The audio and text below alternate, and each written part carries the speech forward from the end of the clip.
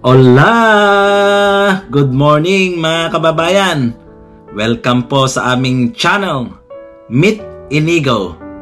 Ayan, at isi-share ko po sa inyo ang mga videos ng aking anak na si Inigo nung siya ay bata pa, from August to December.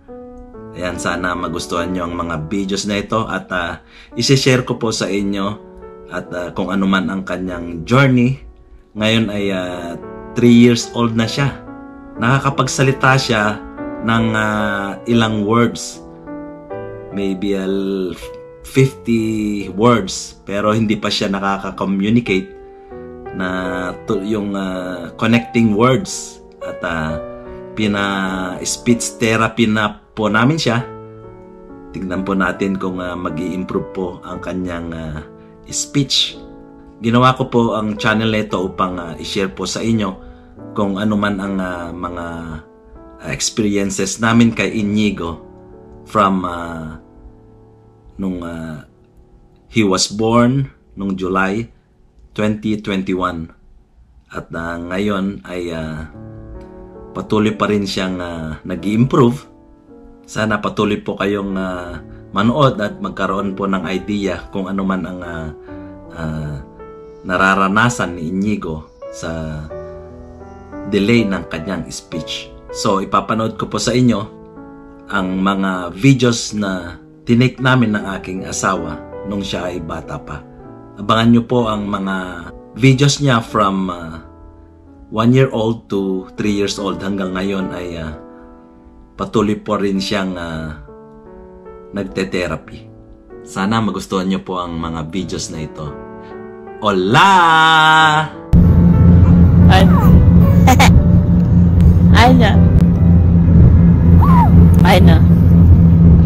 Ano ang iniiyak mo? Wa?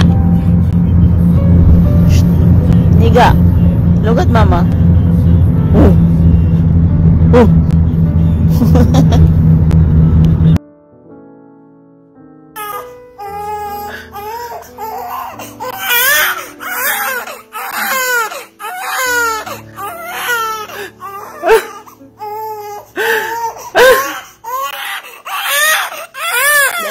YouTube mo everyday.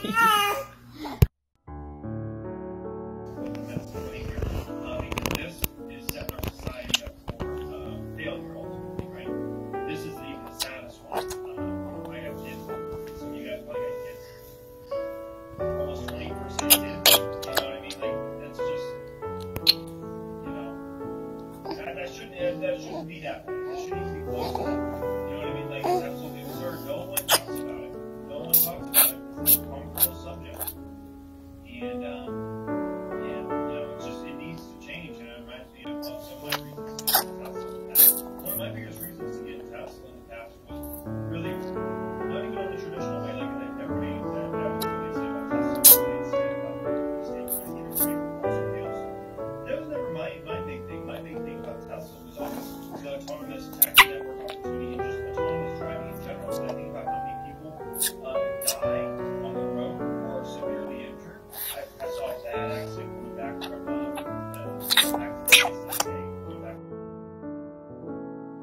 Go! Mama Devo! Ito na yung ulo niya, oh! Ayan, oh! Ito na yung ulo niya. Oh, very good, Inigo. Oh, ayan. Oh, strong. Oh, Mama Dev, oh. Oh, nakataas na yung ulo niya. Oh, very good. Oh.